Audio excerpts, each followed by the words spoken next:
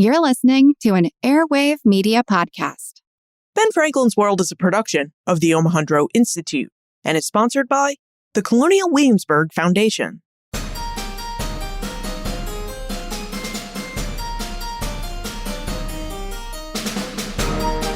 Hello, and welcome to episode 340 of Ben Franklin's World, the podcast dedicated to helping you learn more about how the people and events of our early American past have shaped the present-day world we live in. And I'm your host, Liz Covart. The War of 1812 is really an underknown conflict in United States history. It's not a war like the American Revolution or the American Civil War that many Americans think about or dwell upon. In fact, it's also not a war where Americans can claim that they won. If anything, the War of 1812 ended in a stalemate.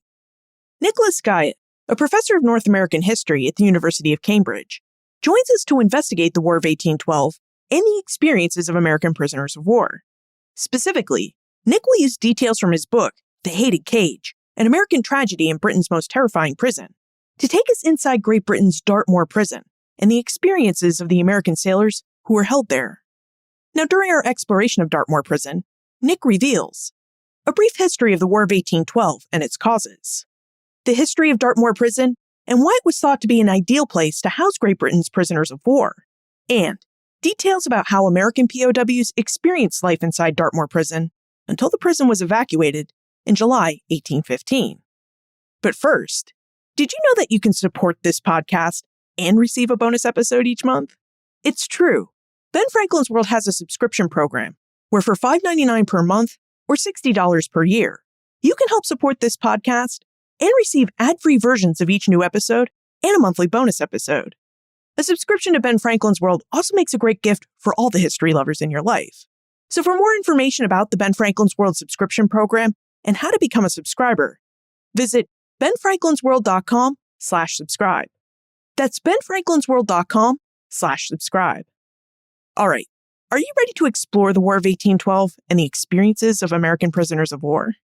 Allow me to introduce you to our guest historian.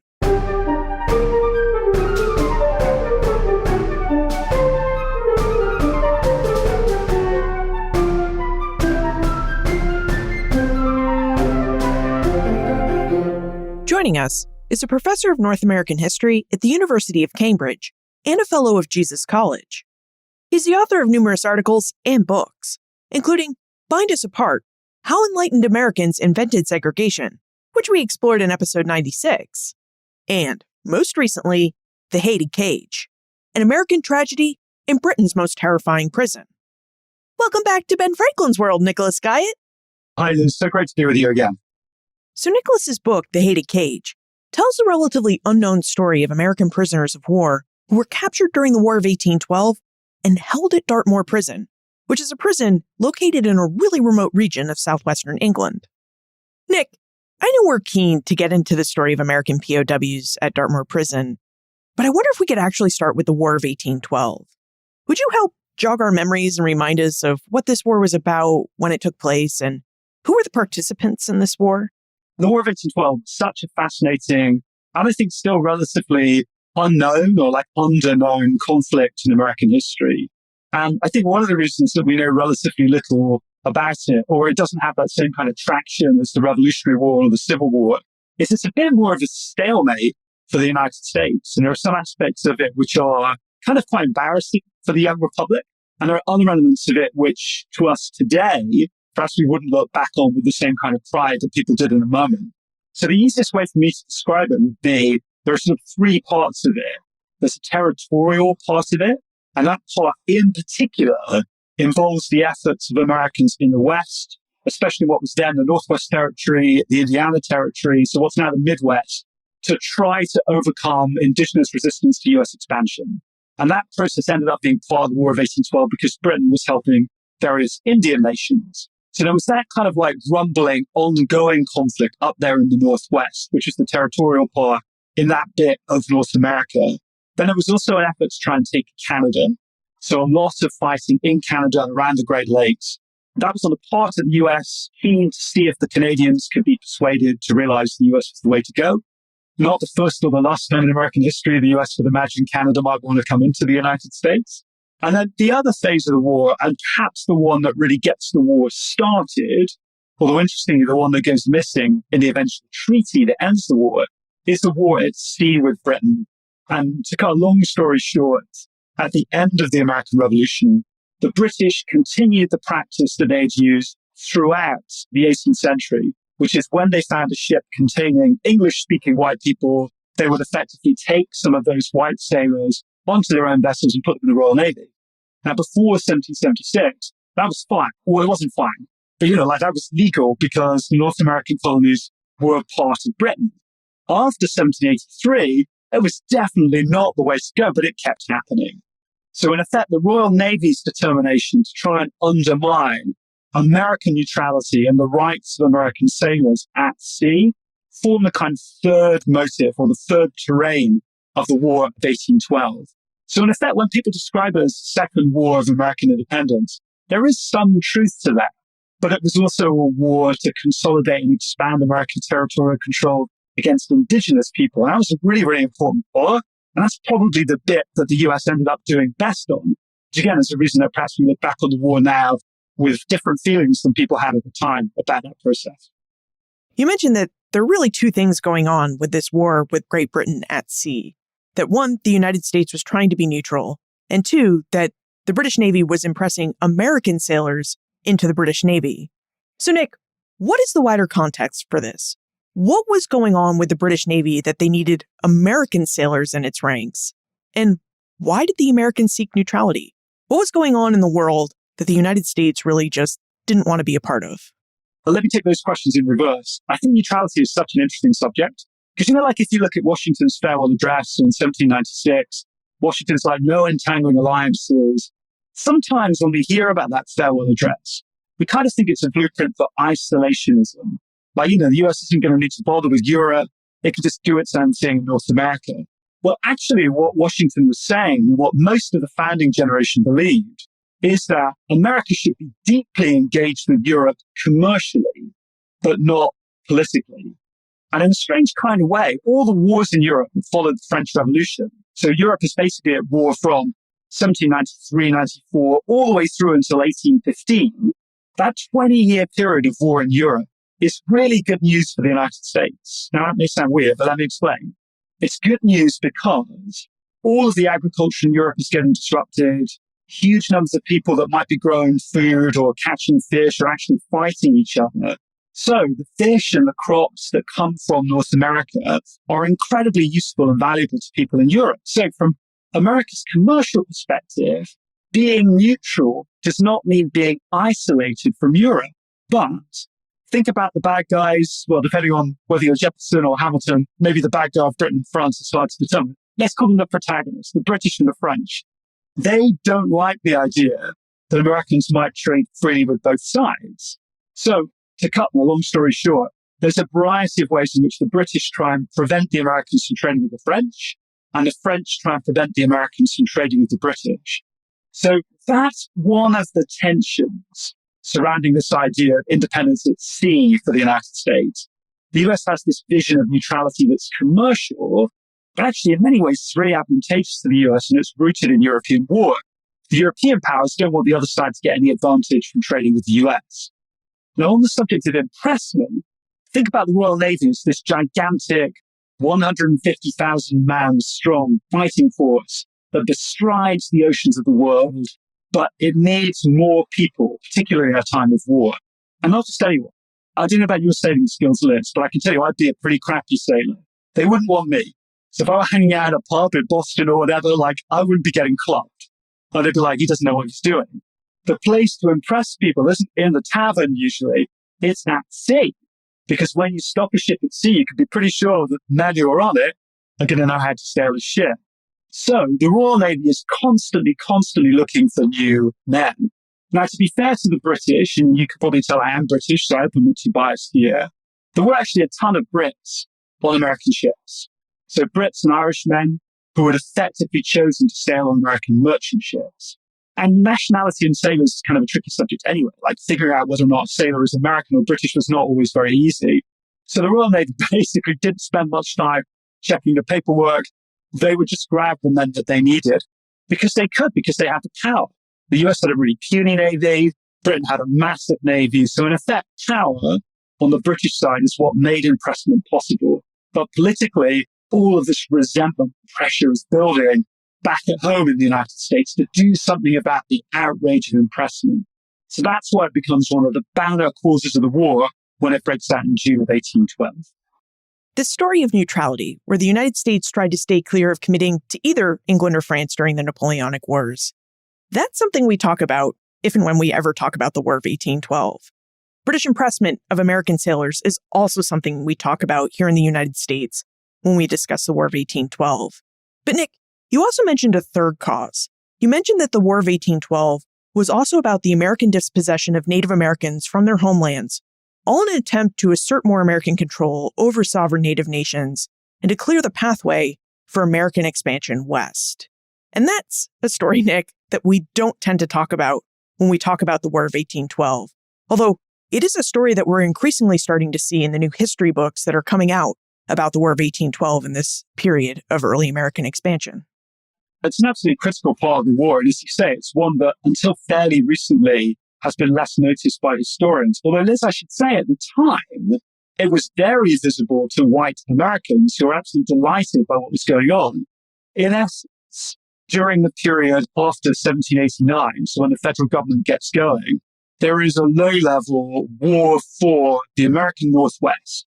So by the American Northwest now, I mean pretty much everything north and west of the Ohio River. So if you think about all of those states in what's now the Midwest, that whole region, will it become part of the United States? Well, it's in the Northwest Ordinance, the Northwest Territory, but it still belongs to indigenous people.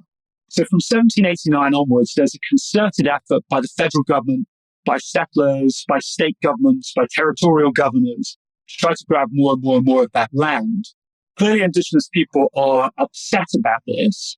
So the low-level war sometimes becomes a very high-level hot war, happens at the beginning of the 1790s, but it's beginning again in the late 1800s under the leadership of two Shawnee Indians, Tecumseh and Tenskwatawa. Their plan is to try and unite indigenous people in a giant crescent all the way from the Great Lakes down to the Gulf Coast, and to get a single indigenous movement to try to roll back the United States. And Britain comes into the picture in a really interesting way, because a big design of the British after the American Revolution is to see if they can force the United States into agreeing a kind of buffer zone between Canada and the US. And again, here that territory to the north and west of the Ohio River is critical. In the British kind of strategic vision, the plan will be to support Indian sovereignty in that region. So you can have this buffer between British settlers, British settlements, and the United States. So again, it's one of the great what-ifs of American history to me. What if those Indians had been successful with their British allies and they have been able to craft a durable indigenous nation or state comprising lots of different Indian nations within that region of North America? I mean, now it sounds ridiculous, right? Oh, that could never have happened. But that's what American policymakers feared, and that's what the British were looking for. So the kind of tawdry part of this is that for Britain, they weren't interested in Indian rights, right? I mean, Britain was just interested in the geostrategic here. It's like, can we get these Indians to do work for us? But for indigenous peoples, that line of the Ohio River was so critical to imagining independence and autonomy for their nations and ways of life.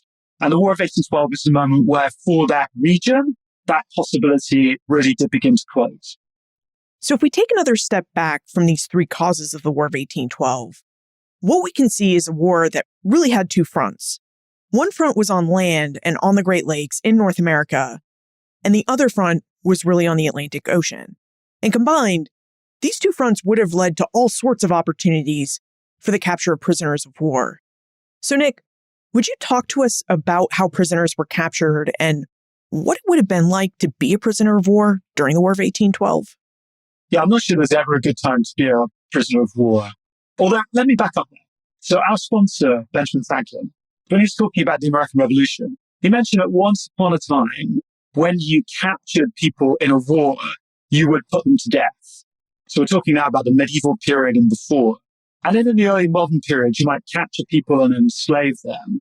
wasn't it awesome, Franklin said, that we were moving towards a place where when you captured prisoners of war, you treat them humanely. And that, in a sense, is very much a kind of late 17th and 18th century story that amongst quote-unquote civilized nations, and again, I really want to emphasize that this is an emerging humanitarian understanding of POWs that applies to quote-unquote civilized countries, so European, maybe in the United States. The new kind of rhythm of this is that you will treat prisoners humanely and you will look to exchange them when you can. So the theory behind capturing prisoners of war has changed fundamentally from a moment in history when you allowed a killer and slave them. The theory is once you've captured them, they're actually not really guilty of anything. They're not criminals. But obviously you want to find ways to prevent them from being helpful to the enemy. You also want to ensure that if the enemy has any of your prisoners of war, you can find ways to exchange the prisoners you have with the ones that are in enemy custody. So that's kind of like the ground rules for this by the end of the 18th century.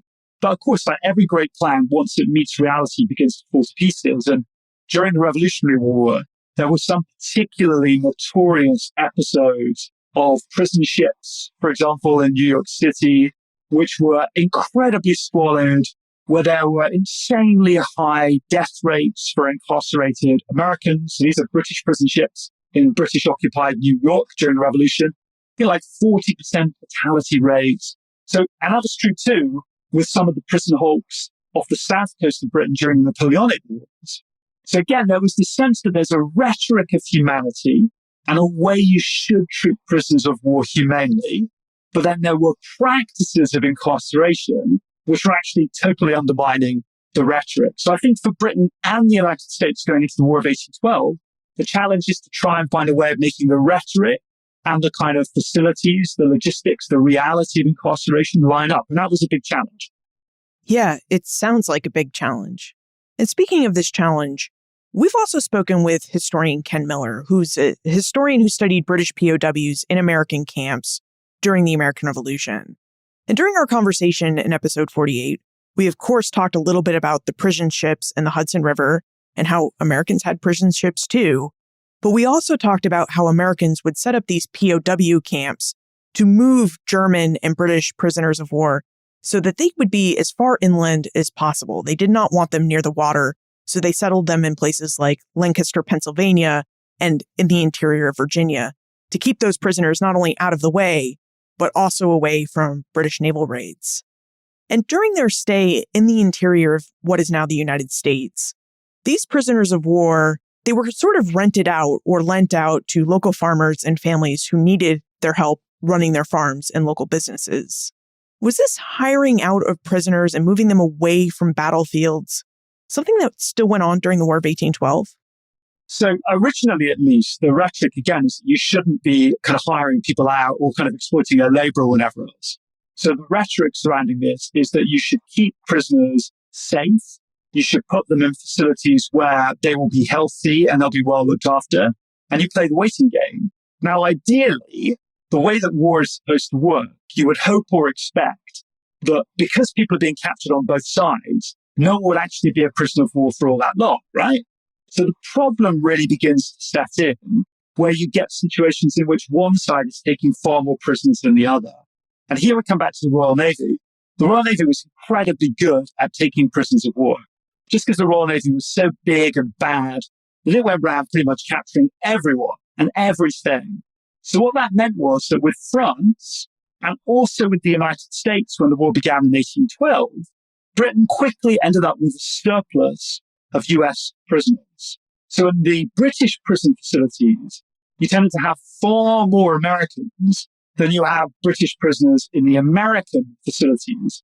So in effect, this problem of what to do with prisoners of war, you do see it in the North American space. And for those people that have read Alan Taylor's book, The War of 1812, he goes into this in a lot of detail for the War of 1812 within the US.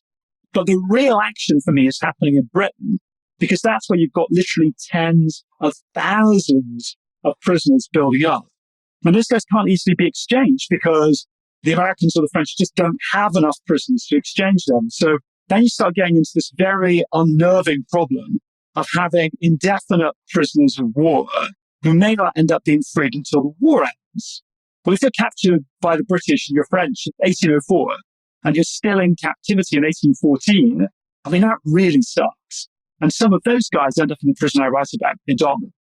That's a good transition, Nick, as we should start discussing the details of Dartmoor Prison and the experiences of POWs who lived in Dartmoor Prison. So, Nick, what is the history of Dartmoor Prison? When was it planned and when was it built? Yeah, the first thing I should do is tell you it's still there. Actually, I didn't tell you this. I went this summer.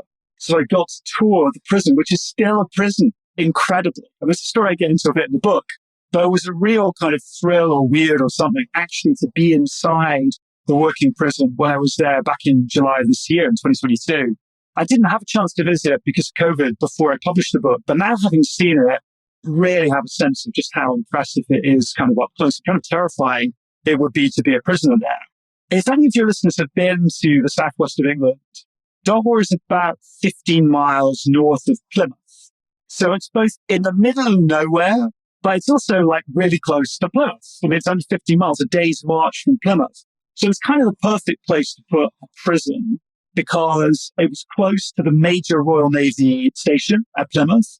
But obviously it was also in this incredibly blasted, sort of like empty, treeless terrain, kind of on a big plain. It's about 1,000 meters, I guess, above sea level. So for Britain, that's pretty high. Very, very bad weather, extremely exposed. And if you imagine for a second you were a prisoner there wearing like a yellow jumpsuit with sort of diagonal arrows on it, if you got out of Dartmoor, you'd never have to go like another 10 miles to find anywhere, where there's another human being. And you'd be really conspicuous because there are no trees. So in that sense, it was the perfect place to put a prison. In pretty much every other sense, it was the worst place to put a prison because it was like really bad weather. It was really depressing. These guys weren't supposed to have done anything wrong. So why would you want to put them in such a kind of gothic hellscape? Also, the weather stuff is really, really important because back then, so we're now talking about the prison begins to be built in 1805.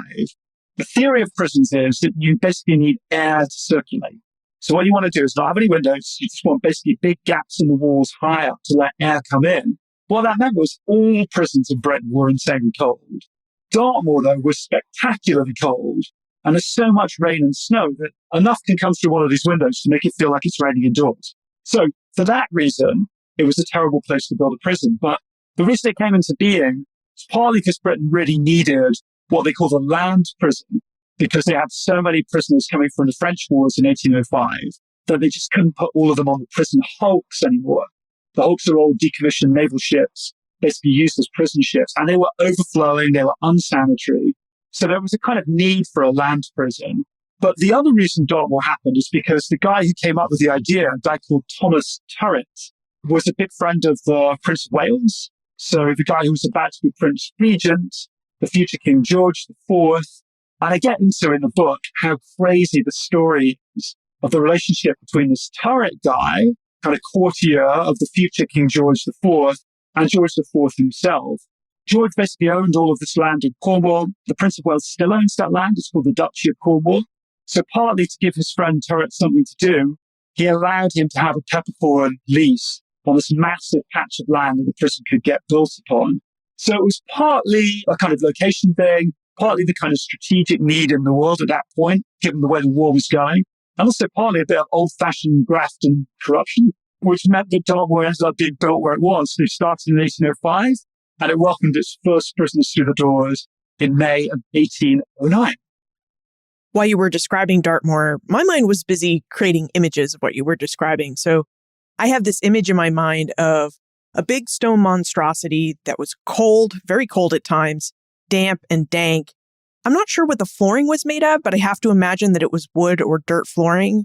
And I'm also not sure whether Dartmoor is the type of place where prisoners had space to socialize, or whether it was built on a model kind of like Eastern State Penitentiary in Philadelphia, which was a place that prided itself on prisoner isolation. So pretty much everyone had their own solitary cell. So I'm curious how much my mind painted me an accurate image of Dartmoor, or what corrections need to be made so that we can have an accurate picture of Dartmoor. The big difference between Dartmoor and a modern prison, first, it's circular. So in some respects, the image you might have in your mind is that famous Jeremy Bentham idea of a prison, a panopticon, the big kind of circular prison. I don't want to leave that in your mind for too long, because in some ways this is not like a panopticon, but it is round. So there's a gigantic mile circumference stone wall surrounding the prison. Then it's kind of divided into two halves of a semicircle. The bottom half is all the various admin buildings. There's a big yard to have a market in. And then the top part of the semicircle, there are 7 prison blocks going in a kind of sun shape, in a kind of radius of sunbeams spreading out from the center. Now, just like you said, Liz, if you're going to Eastern State Penitentiary or Auburn or one of those kind of facilities that's being built during this moment, what you think about is the penitentiary is all about the cell. So the penitentiary is about putting an individual in an enclosed space. That's not happening at Dartmoor.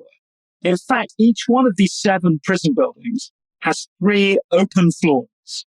The floors are only broken up by stanchions, and the stanchions are there for you to sling your hammock in between. And then when you finish sleeping in the morning, take down the hammock, and basically you have this big open space, except there are these poles everywhere. So that's for the 3 floors of each one of these 7 buildings. So what that meant was you could get anywhere between 1,000 and 1,500 men in each of these prison blocks. And get this, during the day, for the most part, particularly towards the second half of the American captivity at Dartmoor, those prisons are open during the day. So essentially you can move around and walk from one prison block to the other. So again, our idea of the modern prison being all about an individual effectively being locked in a cell isn't happening here, not just because we've not reached that moment in prison history, but because crucially, again, these guys are not supposed to be criminals. So the idea is that this is supposed to be a kind of humane space. And for me, in writing the book, one of the fascinating things about it is figuring out all the ways in which the people running the prison come to realize whenever you coop people up, like in their thousands, they're not your friends and you are not their friend. And that's going to make it very, very hard to run a kind of benevolent prison of war. So all of those things about the architecture of Dartmoor, I mean, in some ways, it's a lot more open plan within the prison than a modern prison would be. But you're totally right about the bleakness and the granite and the kind of leakiness. From the outside, it looks terrifying. And if you do manage to get over the wall or under the wall, your chances of making it off the moor are pretty small. Okay, now that we know about the prison and its layout, let's talk about the prisoners. Nick, how did American prisoners of war find themselves in England? Because if we think about the British Empire in the early 19th century, it has military bases in other places where it could have held these American prisoners. I'm thinking of places like Canada, Jamaica, Barbados, places much closer to the North American continent. So why did the British bring American prisoners to England instead of taking them to Canada or one of its Caribbean colonies? Well, Liz, I would never want you to undersell Britain, especially global Britain. Clearly, I'd be very unpatriotic if I let you do that. So what you need to know is that there's an entire network stretching around the world of British prisons. There are British prisons in Cape Town. There are British prisons in Nova Scotia. There are war prisons in Bermuda, in Barbados, in Calcutta. They're all over the place. In Sierra Leone, they're everywhere. So what happens during the war is that lots of American prisoners who get captured, say, just off the coast of North America, they'll get taken to Canada or maybe Bermuda or Barbados. Then as the war goes on, especially into 1814, some American ships are captured much closer to Britain, and they may be taken straight to Britain just because it's closer. So this global prison complex, Britain's got all of these prisons all over the world. Second half of 1814, the French war is over. All of the French prisoners are removed from Dartmoor and sent back to France. That creates space for at least another 5,000 prisoners.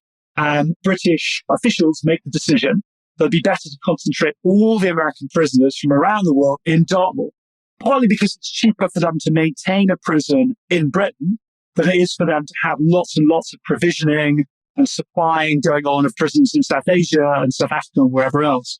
So for our poor American prisoners, who may have been captured off the coast of Boston, say, and then taken off to Nova Scotia, they find themselves in the summer of 1814 transported across the Atlantic to Dartmoor, terrified they might die on the way, not at all certain that they'll survive how much longer the war is going to go on in a British prison. It's a horrendous ordeal. And again, I think the big difference between being a prisoner of war rather than being a kind of criminal prisoner, a convict, is convict knows how long they're in for. That's not true for a prisoner of war. And that uncertainty about the length of the sentence is what I think really, really begins to drive our Americans to despair in Dartmoor prison. Okay, well, let's take this example you've just given us a little deeper. So we're an American prisoner of war, and thus far, we've spent our entire captivity in prison in Nova Scotia. And now all of a sudden, we find ourselves placed on a ship, headed to the southwest coast of England, where we're going to be housed in Dartmoor prison. So Nick, what was our journey to Dartmoor like, and what kind of experiences would we have had once we were inside Dartmoor? So listen, I actually have a character in the book, a guy called Frank Palmer, who actually expresses all of this beautifully. He basically gets captured as a young man, so he's basically a teenager, ends up going off to sign up for privateering. So he's not in the US Navy. He's on a private ship that's agreed to go off and try and prey on British shipping. He doesn't even make it into the Atlantic, gets captured by the Royal Navy on his first day as a privateersman, and then ends up being taken to the Caribbean, then ends up being evac to Nova Scotia, to the British prison there in the spring of 1814. And then in the summer of 1814, he finds himself being taken to Dartmoor.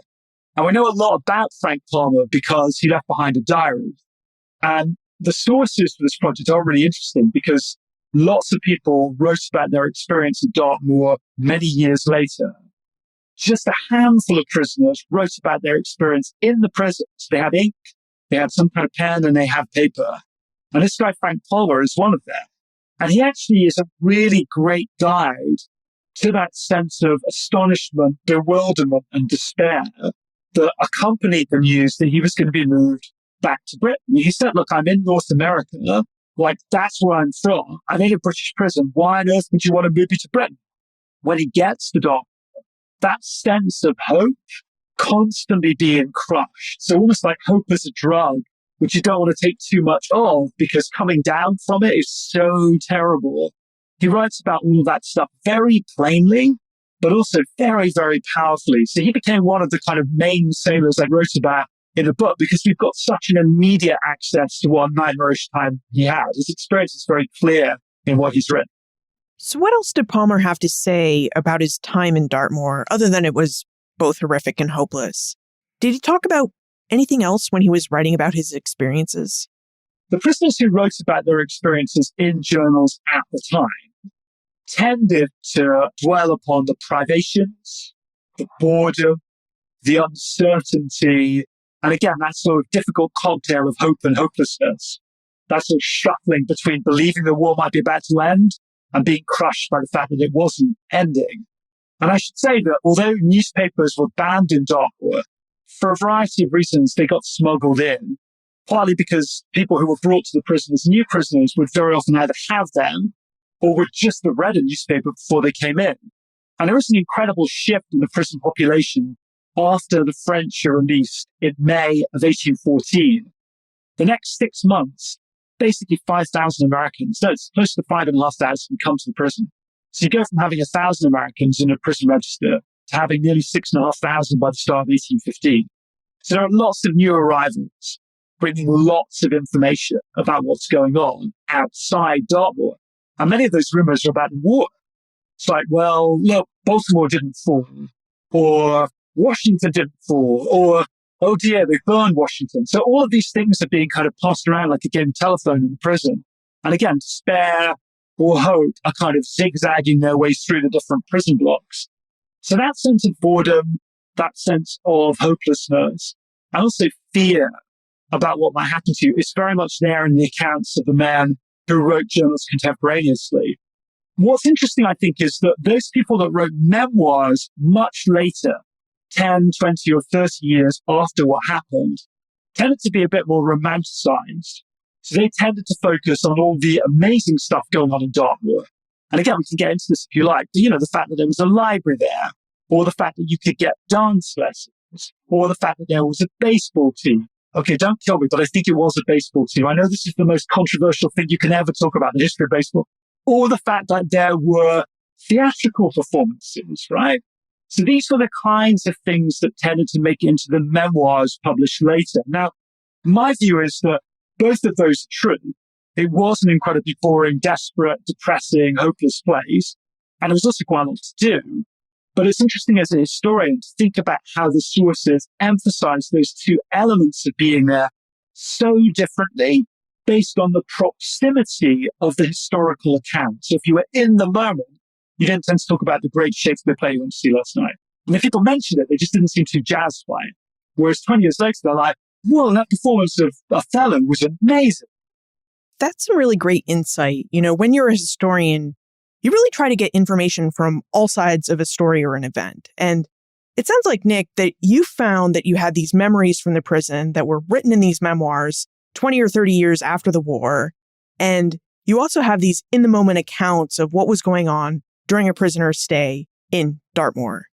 Did you happen to find any records from the British perspective? Did any guards keep journals or write memoirs? Did the prison keep any sort of records that are still available about the prisoners so that you could determine if and what these other prisoners were saying in their day-to-day journals or their nostalgic memoirs were accurate? Yeah, well, us Brits, we love bureaucracy. Bureaucracy is like in our mother's milk. So fortunately, a lot of that material had survived. There is a slightly maddening aspect about the archival record on the British side, in that the letters that were actually written by the prison governor, who was a Royal Navy captain, everyone called the agent rather than the governor. That's basically what he was, the prison governor. Those letters, they haven't survived. So you don't know what happened to them. But what we have is a very brief account of what was in those letters in a big kind of account book in London. And we also have the responses of the group within the Admiralty, which is called the Transport Board. So it was a part of the British government that dealt with the prison system. And so you can actually kind of piece together a lot of what went on in the prison from the replies coming from London. So, for example, let's say there was a prison seamstress who ended up getting into trouble because she brought a gun into the prison. We don't have the letter from the prison governor saying, hey, Mary the seamstress brought a gun into the prison. All these bad things happen. What we have is a letter back from London which says, you should dismiss Mary Brooks the seamstress. Bringing guns into prisons is bad. So, in a way, as a historian, what you're trying to do is tell that story from both sides when actually you only kind of have half of it. But the really key document, and the one I get into a lot of detail in the book, is the prison register. So it's basically this gigantic 6,500 line register of every prisoner who came into Dartmoor on the American side. And it tells you so much about each prisoner, not just where they came from, how old they were, but also what they looked like, including what their skin color was, which again enables you to do all kinds of things you can't do from many records like this at the time. It tells you which ship they were on, tells you what happened to them in the prison, whether they died in the prison, when they were released, all of that. So when I was beginning the project, I thought, okay, well, let me just make my own searchable version of the database. No one's ever digitized it before, so I'll just type it out. I did all this myself because I'm a nerd and don't have any money. So I just spent like a year and a half typing all of this stuff into my computer. But here's the cool thing. When I had the prison register, all 6,500 lines of it, I could do something the British could never do, which is I could search the Dartmoor prison population. And again, without wishing to geek out on this too much, imagine like a version of Excel or your favorite spreadsheet provider, and you can't search it. So you've just got this gigantic Excel spreadsheet, but it's not searchable. I mean, that wouldn't work for any of us, right? But that's what the British had. So they had like a vision, a desire to manage this prisoner population, but they actually didn't have the technology to search. So for me, being able to search was awesome because I could look for all of the people who'd written accounts of Dartmoor and figure out whether they were actually at the prison. I could find out whether the stuff they said about themselves is true. I mean, all kinds of sort of verification in addition to looking at the prisoners that hadn't left accounts and thinking about their lives. And that was particularly helpful for thinking about the Black prisoners at Dartmoor. It became kind of a big part of my story. So your database really allowed you to see a lot of different information about the prison population at Dartmoor. And you mentioned earlier that by the end of 1814, there were about 6,500 American prisoners of war detained in Dartmoor. So I have to imagine that when you're looking at this register, you see prisoners who served in the Army, more likely the Navy, and even most likely they were men like Frank Palmer who served as sailors on privateer vessels. But that you also saw within these different populations that you had officers and enlisted men. So Nick, when you're looking at your database, did you see how rank and a man's branch of service impacted his life at Dartmoor, did officers really have better living conditions than those of enlisted men? The short answer is yes. But actually, there aren't that many officers from the US Navy, and there are virtually no officers from the US Army or militias in Dartmoor. So it's predominantly a prison for sailors. And the decision was made by James Madison in close conjunction with his friend and predecessor Thomas Jefferson that the United States would not ramp up its navy to fight the War of 1812. And this matters in a really, really important way, which I'll explain in a moment. But just to kind of give a sense of why they made that decision, there's a big fight amongst the founders that has Hamilton and Adams on one side in the 1790s, and Jefferson and Madison, as so often, on the other side. And Hamilton and Adams are like, look, we need a navy. We don't have to have a navy as big as Britain's navy, but it'd be great to have, like 20 big ships, 100 guns each. That kind of navy. Now, Britain has a navy with hundreds of ships like that. But if we had 20 or 25, that might be enough for us to have some kind of presence. Now, Madison and Jefferson reply and are like, are you crazy? Like, if we have that sort of navy, it will cost a ton. It will be basically a permanent military. And we're not supposed to like permanent militaries because they undermine the republic. And, we don't want that kind of permanent standing army or navy. And also, it's going to get its caught clean by Britain anyway. I mean, the Royal Navy is not going to care if you've got 25 or 50 or 5 ships. They're just going to get rid of them. You're going to need way more ships than we can afford to compete with the Royal Navy. So the decision gets made instead to use privateers. Privateering proposition, which goes back to 17th century and even earlier, is very simple. When states don't want to sustain a big navy, they get the commercial fleet, so the kind of merchant marine, to agree to accept commissions from the government to go off and hunt ships from the power you're at war with. So even a nation like France will have privateers which are licensed by the French government to go off and attack the British. Now, in Britain and France's case, they've got big navies, so privateering is a fairly small part of what they do. With the US, privateering was virtually the only game in town. So the vast majority of guys that end up in Dartmoor prison are actually from privateers. Now, the problem with that is they don't have the same protections as uniformed personnel. So if you're a uniformed US Navy officer, or even if you're a US Navy, ordinary sailor, you are first in line for release. You are given all the accreditation that you would give someone who is uniformed kind of military personnel. All that stuff you get. If you're an officer, any kind of officer, however kind of lowly your rank as an officer, you don't even go to Dartmoor. They put you in these special towns called parole towns on the outskirts of Dartmoor, so a few miles away from the prison, and you're under house arrest. And trust me, Liz, those are a much nicer place to be. I mean, you're not allowed to leave the town. You can do stuff within the town and we'll have a perfectly nice time.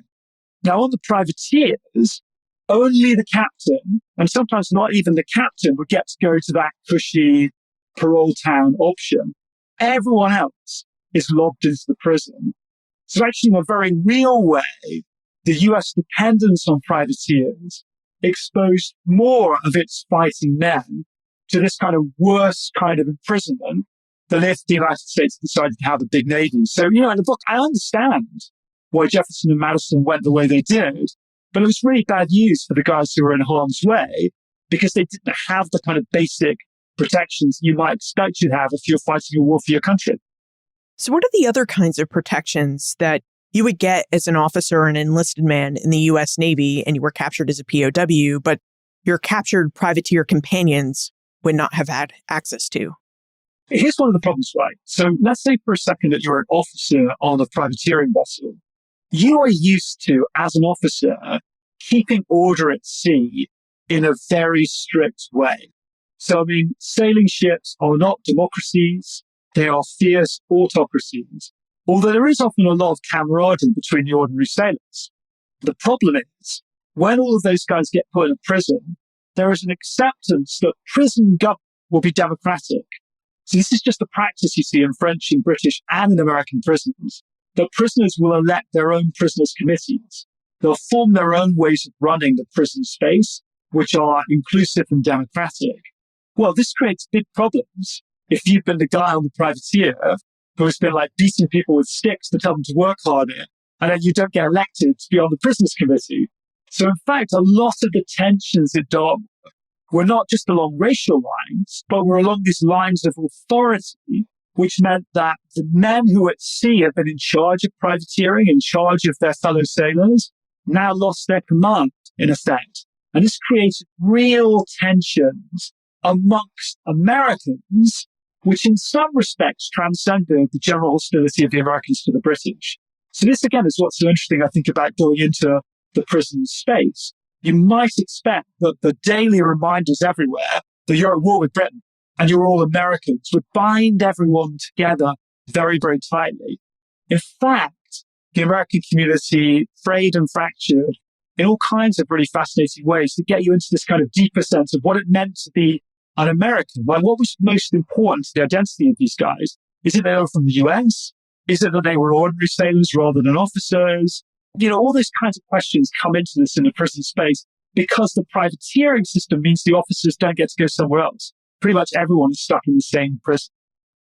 Tensions between white and black sailors is something you've mentioned twice now. And one of the real interesting points you write about in your book, The Hated Cage, is that there were a lot of black American POWs who were housed at Dartmoor Prison. And specifically, they were housed in a segregated prison called Prison Block Number 4, which was actually away from the white POWs. So, Nick, why did the British segregate black and white POWs? And I ask this because we don't typically think of the early 19th century as a period where segregation had fully taken hold in the United States, let alone elsewhere. In defense of the British, they did not choose to segregate the black people from the white people at Dartmoor. The American sailors, or rather the white American sailors, requested that they segregate black people from white. And in the book, I try and get into this because in some respects, this is like one of the most fascinating parts of the Dartmoor story.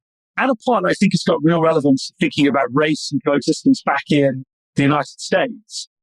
If you think for a second about the decade we're in, the 1810s, this is kind of a pivotal decade in the history of American race relations. Coming to the end of that long revolutionary arc, where there are lots of anti-slavery kind of activists, black and white, who are wondering not only if black people can be freed from slavery, but if free black people will be able to live alongside white people in freedom. So for me, one of the fascinating things about Dartmoor was, well, can black people and white people live alongside each other in captivity in this British prison? That became a kind of big hook for me. Now, instantly, when I started to do the kind of reality of this, I ran into a couple of problems. The first is that of the 1,000 or so black people I was able to identify from the prison register, there is not a single one who left behind a memoir or a really significant piece of kind of remembering, whether it's a letter or an essay or something later in life. There are a few people we know a bit about because they made their way into newspapers later on, and a very, very few who did say something about Dartmoor. But in essence, this is a place where the archive lets us down because we have a lot of information about white people by white people. We have a lot of claims about black people, all by white people. And we have very little information from black people of what they said about their own experience.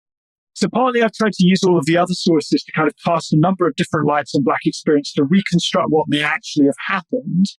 And it begins with this question of segregation because, to my mind, one of the major reasons that the request went out from white prisoners to the prison governor in October of 1813, so about 6 months into the American experience at Dartmoor, one of the reasons that the white American prisoners asked to be separated from black prisoners is that they hoped to get them out of the prison block they were in.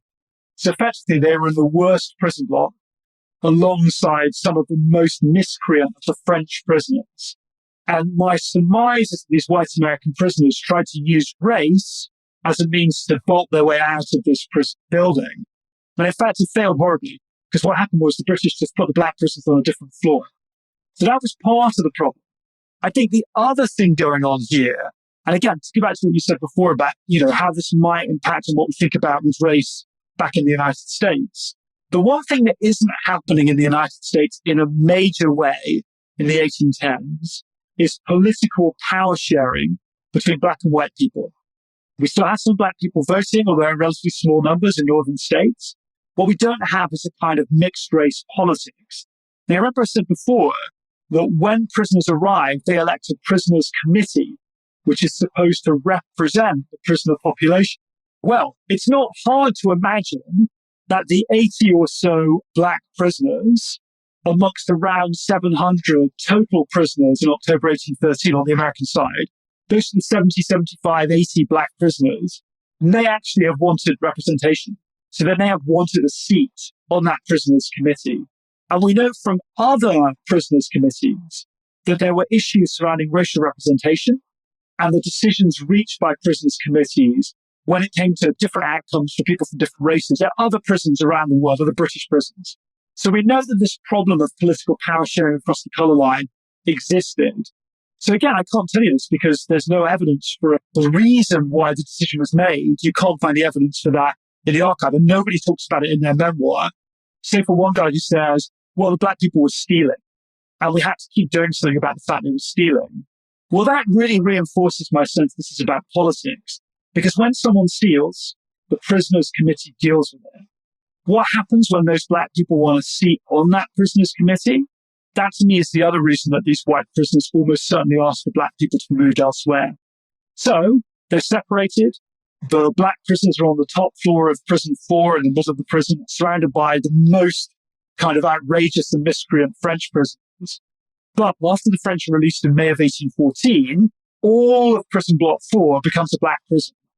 And so from that moment for an entire year, so basically all the way through the rest of 1814 and the first half of 1815, prison 4 is a self-governing Black space with anywhere between 700 and 1,000 Black people running their own operation, but allowing white people to come and visit. So it's a unique space, I think, in the kind of Atlantic world, and one that I just was incredibly delighted and thrilled to write about because things are possible there, which don't really happen anywhere else, I think, in American history. It does sound like Black prisoners would have had a lot of freedom having their own prison block and their own prison committees. And it also sounds like they would have had more freedom in prison block number 4 than they would have had if they had not been captured and had remained in the United States. Well, the key thing about it is that Black people were in charge. The white people knew Black people were in charge. So let's just imagine what it'd be like to go through the doors. If you want to buy a beer, you buy it from a Black person. If you're a white starer and you want to learn how to box, you're going to get taught by a Black person. If you want to go off and learn French, your teacher's going to be Black. If you've got an issue or a problem with somebody, you can expect there to be a kind of majority Black crowd while you try and work out what the issue was. If you want to go and worship, there was a chapel in the Cockloft, the top floor of prison 4. You had a Black minister. So for me, what's fascinating about prison 4 is it became a place to which the white prisoners from all the other prison blocks kept being drawn to. It was a place that they said had more entertainment and amusement than all of the other prisons put together. And obviously there's a kind of cliche in here, right? Which is kind of the old sort of racist line that sort of, there's some kind of cornering of the mark on entertainment among Black people. So actually that's what's going on in some of the memoirs where they're like, oh yeah, we went to prison 4, but just to kind of laugh at the Black people who were there. If you look at the diaries and journals written in the moment, I think they demonstrate in a very sincere way that many of the white prisoners came to prison 4 to enter a space that was Black, sincerely, and on grounds that they were in effect the junior pawn. So this doesn't happen anywhere else, right? I mean, we can't really point to a space where that kind of racial stepping over the line is going on. It was happening in prison 4. And again, it's why it's a really unique place and a unique moment. And in some ways, a moment that could only exist because it was all male. And I just want to end by stressing that. But this was not a place where there were women. And I think that absence of women, with all of the kind of patriarchal concerns and anxieties that white men brought to that question of Black people and white women, the fact that there were no women, in some respects, is what made this space possible. England's war with France had largely ended by 1814, and by May of 1814, the French prisoners had largely been released from Dartmoor. Meanwhile, the War of 1812 would continue until the end of December 1814. And yet, a lot of American POWs would remain in Dartmoor well into the spring and summer of 1815. Nick, we need to take a moment to talk about our episode sponsor. And when we're done with our moment of gratitude, let's talk about the POWs of Dartmoor and when they learned about the end of the War of 1812 and when they'd be released. Hi, I'm Hannah Farber. I'm an assistant professor of history at Columbia University. And my new book, Underwriters of the United States, How Insurance Shaped the American Founding, published by the Omohundro Institute, is out now. Insurance is a quirky and strange business that leaves a very light paper trail in formal politics, but insurance has a vast influence on America's commercial affairs. And because of that, insurance has a vast influence on American politics. Underwriters of the United States talked about the financial machinations that go around a world of warfare, and is about the kinds of things that national figures are doing in their private lives. National figures like Alexander Hamilton, Robert Morris, Daniel Webster. We're not just looking at what they say in political affairs. We're looking at the whole commercial world that surrounds them and that makes them money. Underwriters of the United States tells that story. Get your copy of Underwriters of the United States wherever you buy your books. Nick, did the American POWs in Dartmoor know that the War of 1812 had ended in late 1814? And did you ever find out why the British continued to hold so many American POWs so long after the war had ended? This is like a trick question. Did the war end in December 1814? Well, look, the Treaty of Ghent was signed on Christmas Eve of 1814, and that was a big deal. But when you sign a treaty has got to be ratified. So that meant the Treaty of Ghent came to London, and in January of 1815, it was approved in London, so it got the sign-off from the British government. But then, horrifying for the Dartmoor prisoners, had to go on a ship and travel to America. And worse, they had to come all the way back. So actually, I would say, if you're an American, you could say that the War of 1812 ended in February of 1815 when Congress ratified the Treaty of Ghent. Maybe if you're a Brit, you can't really say the War of 1812 ended until the middle of March 1815, which is when that news came back. Now, there were still Americans in Dartmoor in July of 1815. So the thrust of your question is totally correct. Like, there was a massive period of time after which everyone knew officially the war was over, and these Americans were left in the prison. And the main reason for that is the logistics of getting 5,000 or so remaining American prisoners out of Dartmoor and back to North America were incredibly complicated. Both Britain and especially the United States thought they should be leading the process. They ended up agreeing, the American diplomatic representatives and the British, that this is something that they would handle rather than just allowing people to find their own way. So unless you have a ton of money, if you're an American prisoner in Dartmoor at the end of March 1815, you couldn't go to the gate and walk out. You were kept a prisoner of war when the war was over. And that was still true for hundreds of prisoners, even as late as July of 1815. And it still got so much worse because there was a lot of disease in the prison in that winter. So although everyone knew the war was ending and everyone was waiting for the paperwork to be signed, everyone was also dying. And you had like hundreds of people who were dying of, prison fever or one of the other respiratory diseases that carried off people in jails at that time. So you had a lot of unrest, you had a lot of despair, and you had a lot of resentment and anger directed not only at the British, but also at the United States. So people feeling their own country had betrayed them. There was a lot of unrest in Dartmoor Prison in 1815, and I'm really glad you brought it up because it allows us to talk about the peak of this unrest, which happened on April 6, 1815, when we have the massacre of Dartmoor Prison. Nick, would you tell us more about this unrest that you have mentioned and about this massacre that happens in April 1815? I sort of got into this whole project partly because I didn't know about the Dartmoor massacre. And as someone who's British, who's taught in the US and has studied in the US and also teaches now in Britain, it just seemed kind of like very bad form that I had no idea about this massacre of Americans that took place in Britain. Now, fortunately, when I talked to a bunch of people in the US, my friends and colleagues there, they didn't know about it either. So it didn't just feel like it was kind of British memory holding. I felt like it was everyone's memory holding. And in some respects, this goes back to the very first question you asked us about the War of 1812. I think it's totally the case that American historians have not necessarily found an easy way to make sense of the War of 1812.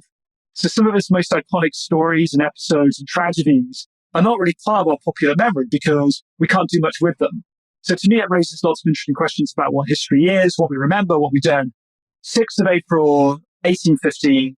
Effectively, you're now looking at 3 weeks since the prisoners in Dartmoor have found out the war is over. It's a fairly warm day. For Britain in particular, it's a very warm day for April. Perhaps for the first time in the winter, everyone goes out to the prison blocks, into the yards. They start playing baseball. They've got another game which involves them going off to a little grassy part of the prison yard and tearing up the turf and throwing it at each other. They don't have a name for it, so I call it turf throwing. It hasn't taken off professionally, not yet. Anyway, so they're doing all of this crazy stuff. But one amusement that gets them in trouble is that a bunch of younger prisoners find that there is a loose stone in one of the internal walls of the prison. And they start prying away at it with their fingers. Eventually, they push it out completely. And then someone goes and pulls a crowbar from one of the high windows in one of the prisons, grabs that, and then starts pulling away more and more of the wall. It turns out the internal wall, the other side of it is the barracks where the prison guards are housed. Once the prison guards see what's going on, they assume the Americans are trying to escape. Now, that's clearly not happening. There's still another 2 walls to jump over. And even then, you're in the middle of Dartmoor, and it's not an easy place to escape from. But essentially, one thing leads to another. The troops have a standoff with the prisoners. The prisoners are furious and desperate anyway about their experience. In the central yard of the prison, you have hundreds of prisoners challenging this long line of prison guards with muskets. One of the guards fires, and then all hell breaks loose.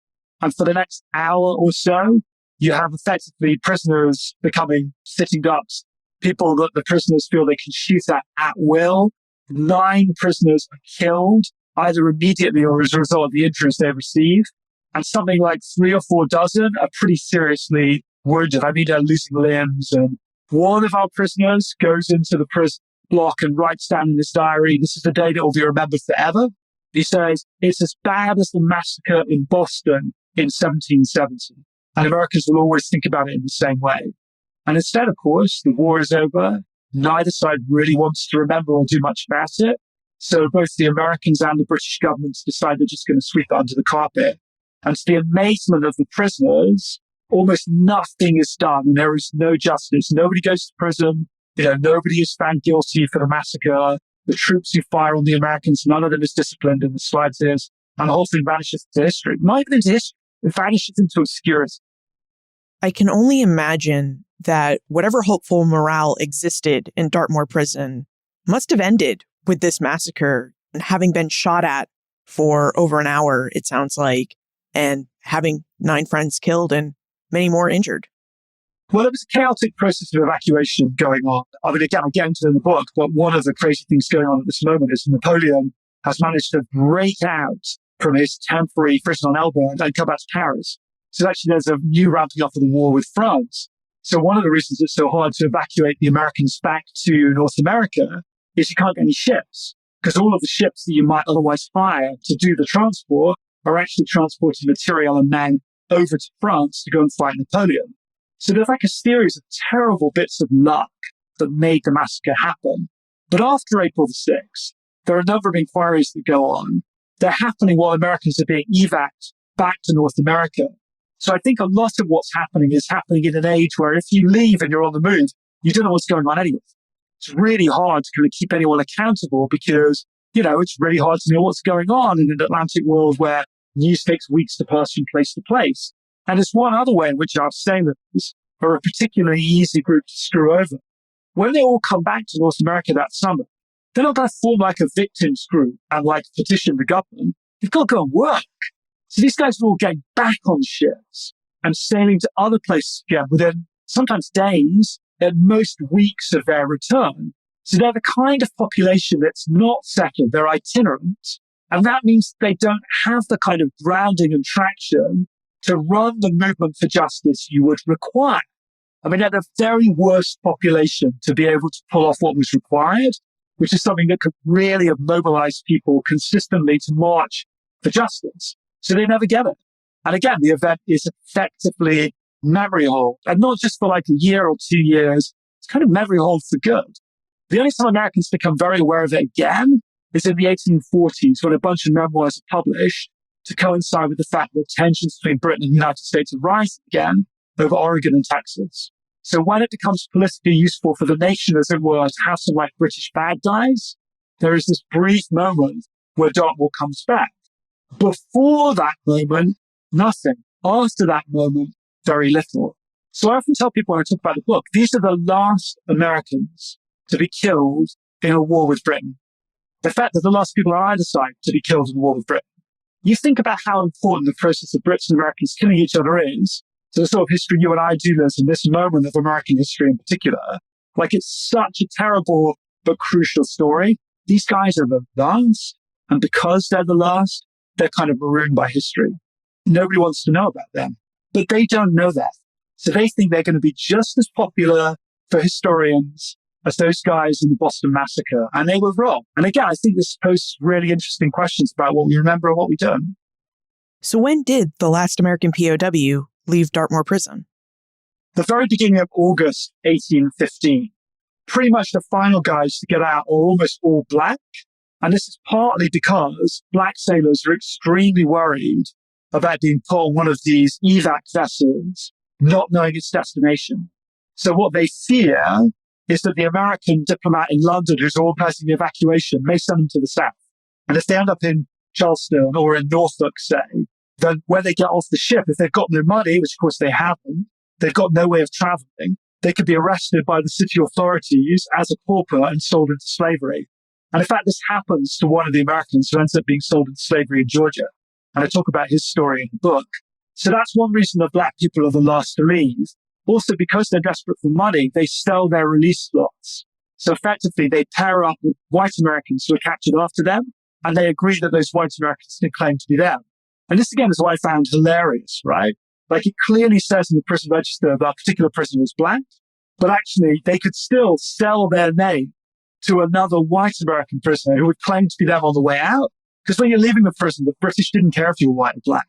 So in a sense, the British allowed this traffic in release slots to go on, which meant that black people were almost the last to leave. So that black community in Dartmoor was there all along, but it was the most enduring of the American communities there because black people were overrepresented in that last crop leaving in August. Nick, you wrote The Hated Cage in part to bring the experiences of American POWs during the War of 1812 to light, to help us remember their contributions. So what is the one aspect of this POW experience that you'd really like for us to walk away and remember? Well, I think I'm really keen to get people to think about sailors and about sailors' kind of loyalties. And in some respects, sailors are, especially in a time of war, they're like the ultimate representatives of your nation, right? They are fighting a war for Britain, fighting a war for the United States. In some ways, being a sailor was like all about like not being tied to a particular nation. Like being a sailor came with it the possibility you could move between nations, particularly if you were black. I think this is the thing about the experience of sailors I'm really, really keen to emphasize because in lots of ways, sailors didn't do very well out of the War of 1812 and they weren't treated very well by either government. So in some respects, I think they found the sea as a bit of a place of refuge or a space where there were more possibilities for them than there were on land. But the consequence of the war was to strip all that away from them. And it was to make them American or British, but not in a good way. I mean, in a way that meant they were really screwed over by their respective governments.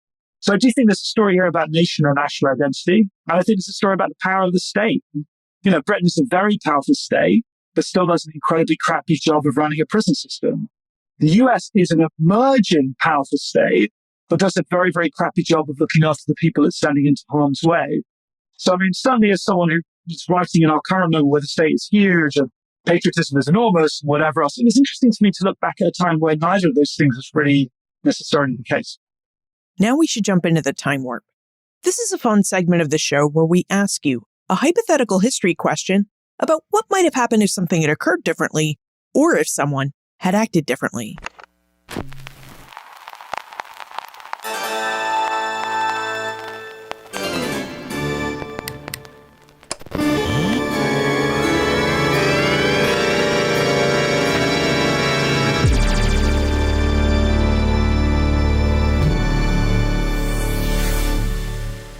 In your opinion, Nick, if Dartmoor Prison had never been built, what might have happened to the 6,500 American POWs who had been imprisoned there? How might their POW experience have been different if there had been no Dartmoor Prison? I definitely think they would probably have had a better time. I mean, I think what would happen almost certainly is that they would have been left in their prisons around the world and not brought back to Britain, or they might have been put in the prison hulks. They may have had to build some more in Plymouth or elsewhere. And I mean, that sounds pretty horrible, right? Like, well, Hayden could have been in a prison hulk. There's something about how grim the Dartmoor experience was, but being in a prison hulk might have been preferable. So I definitely think there would have been no Dartmoor massacre. And I think probably the outcome for those prisons would have been a bit better. So there's real irony in this, right? Which is that the whole purpose of Dartmoor Prison was to provide a space where prisoners could be treated more humanely. But in almost every respect, the prison created the conditions for the massacre to happen. So it became the very thing that it was supposed to prevent. So Nick, I'm curious where you're going next with your research, because you've moved from the origins of segregation in the United States to the segregation and trials of War of 1812 prisoners. So what's up for you? Well, I have a couple of things on the go I want to say about very quickly. One is I'm editing the big new Oxford Illustrated History of the United States with, I'm imagining, a few Ben Franklin's World alums along for the ride. So it's basically a big book, 16 chapters, all of American history. We each write a chapter.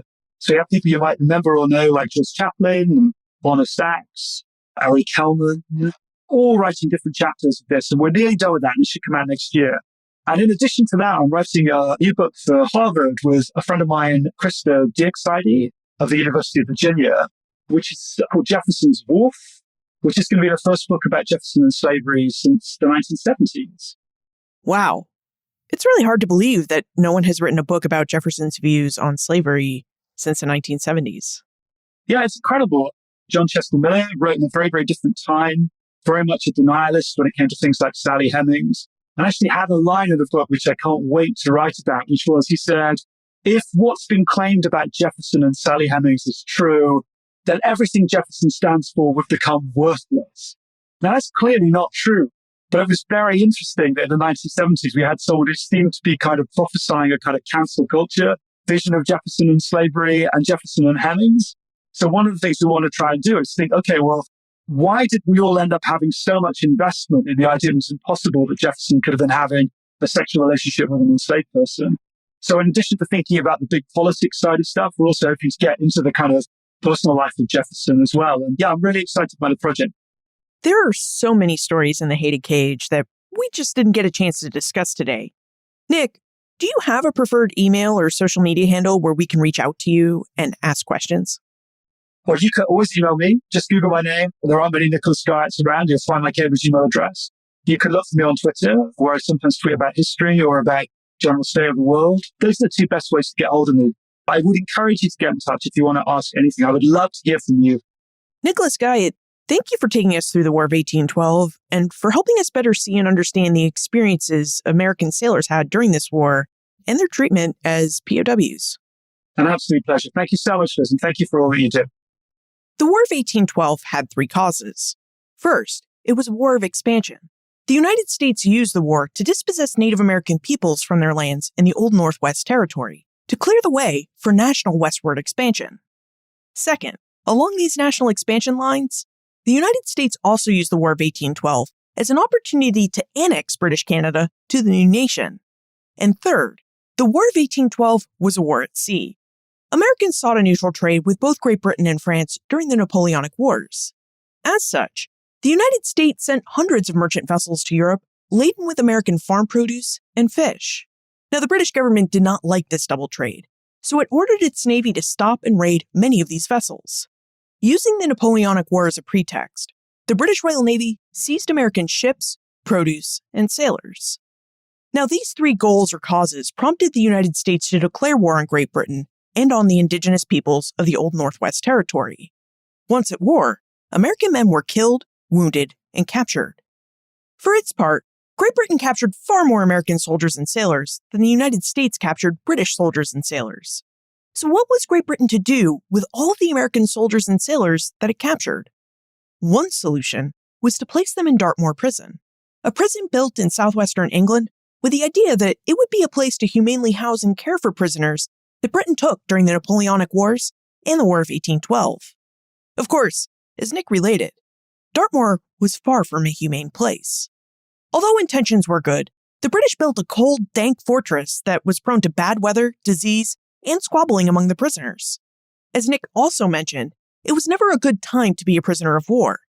And this is something that we can clearly see through the eyes of men like Frank Palmer and the others who Nick describes and writes about in his book, The Hated Cage. Plus, we can also see through Nick's research how governments can make it really hard for prisoners of war. The United States' decision to rely on a privately owned merchant-turned-privateer fleet rather than to build a proper navy meant that a majority of the 6,500 American sailors imprisoned at Dartmoor would remain in prison until the end of the war because as privateers, they would always be ineligible for prisoner exchanges. Likewise, we can also see how the British mismanaged the prison and its policies when it came to prisoners of war. British mismanagement played a role in the death of prisoners from disease, the tensions between the prisoners themselves, and the sense of hopelessness among the men who were held in Dartmoor. By taking the time to investigate the histories of Dartmoor Prison and the War of 1812, we remember the men who fought for the United States during its Second War for Independence, men who we often forget about when we remember and think through the history of the United States. You'll find more information about Nick, his book, The Hated Cage, plus notes, links, and a transcript for everything we talked about today, all in the show notes page. benfranklinsworld.com/340. Friends tell friends about their favorite podcasts. So if you enjoyed this episode of Ben Franklin's World, please tell your friends and family about it. Production assistance for this podcast comes from the Omohundro Institute's digital audio team. Joseph Edelman, Holly White, Nairi Dowdy, and Dylan Holzer. Breakmaster Cylinder composed our custom theme music. This podcast is part of the Airwave Media Podcast Network. To discover and listen to their other podcasts, visit airwavemedia.com. Finally, what else would you like to know about the War of 1812? This is a war we really should cover more in this podcast, so let me know how you'd like to investigate it. Liz at benfranklinsworld.com. Ben Franklin's World is a production of the Omohundro Institute and is sponsored by the Colonial Williamsburg Foundation.